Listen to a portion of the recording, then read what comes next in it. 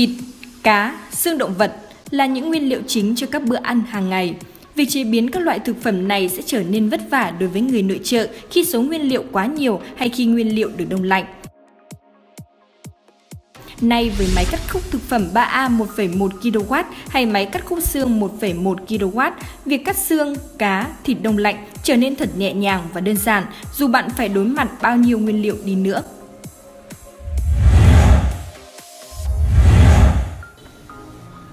Máy cắt khúc thực phẩm 3A 1,1 kW do Công ty Cổ phần Đầu tư Tuấn Tú phân phối là sản phẩm chuyên dùng để cắt khúc các loại nguyên liệu như thịt, cá đông lạnh hay các loại xương động vật một cách dễ dàng nhờ lưỡi cưa bằng thép mỏng sắc bén. Khung máy được chế tạo từ nhôm đúc chắc chắn. Tổng trọng lượng của máy đạt 37 kg. Bàn cắt của máy có kích thước 500 x 380 mm. Máy cắt khúc thực phẩm 3A 1,1 kW hay máy cắt khúc xương 1,1 kW sử dụng nguồn điện 220V, tốc độ trục chính 1420 vòng trên phút. Với công suất 1,1 kW, máy có thể cắt được 60 kg nguyên liệu trong vòng 1 giờ.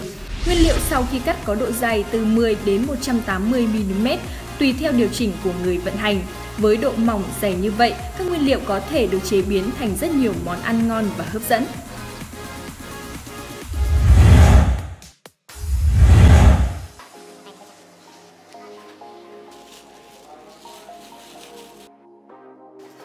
Cách sử dụng máy cắt khúc thực phẩm khá đơn giản. Việc đầu tiên, người sử dụng cần điều chỉnh độ dày nguyên liệu đầu ra cho phù hợp với mục đích sử dụng. Nếu nguyên liệu có kích thước lớn, cần điều chỉnh thanh giữ lưỡi cắt đến độ cao thích hợp.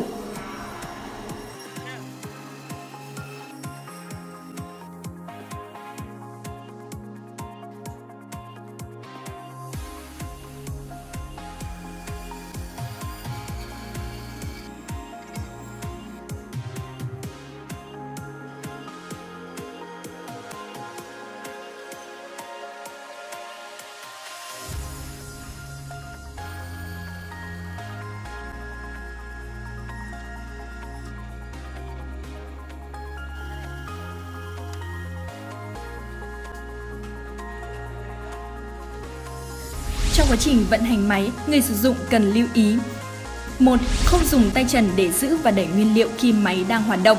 Đeo găng tay bảo hộ trong quá trình vận hành, vệ sinh cũng như sửa chữa bảo trì máy. 2. Luôn để máy xa tầm tay trẻ em. 3. Tắt máy ngay khi không cắt nguyên liệu. 4. Để giúp khách hàng an tâm khi sử dụng sản phẩm, khi mua máy cắt khúc thực phẩm 3A 1,1 kW của công ty chúng tôi, quý khách hàng sẽ được tặng kèm một bộ găng tay bảo hộ, một găng tay lưới sắt và một lưỡi cắt dự phòng đi theo máy. 5. Việc vệ sinh máy sau khi sử dụng, đặc biệt là bàn cắt và lưỡi cắt sẽ giúp máy bền và đảm bảo an toàn vệ sinh thực phẩm khi cắt nguyên liệu. Nếu sử dụng máy thường xuyên nên dùng cây rũa để mài nhẹ nhàng lưỡi cắt.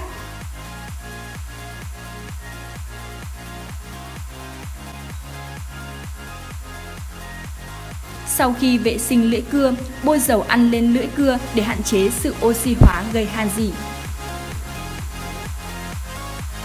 Phương pháp đặt hàng, hãy gọi đến số điện thoại 02422 050505 ở khu vực miền Bắc và 098 493 0099 ở khu vực miền Nam để được tư vấn và đặt hàng thuận tiện.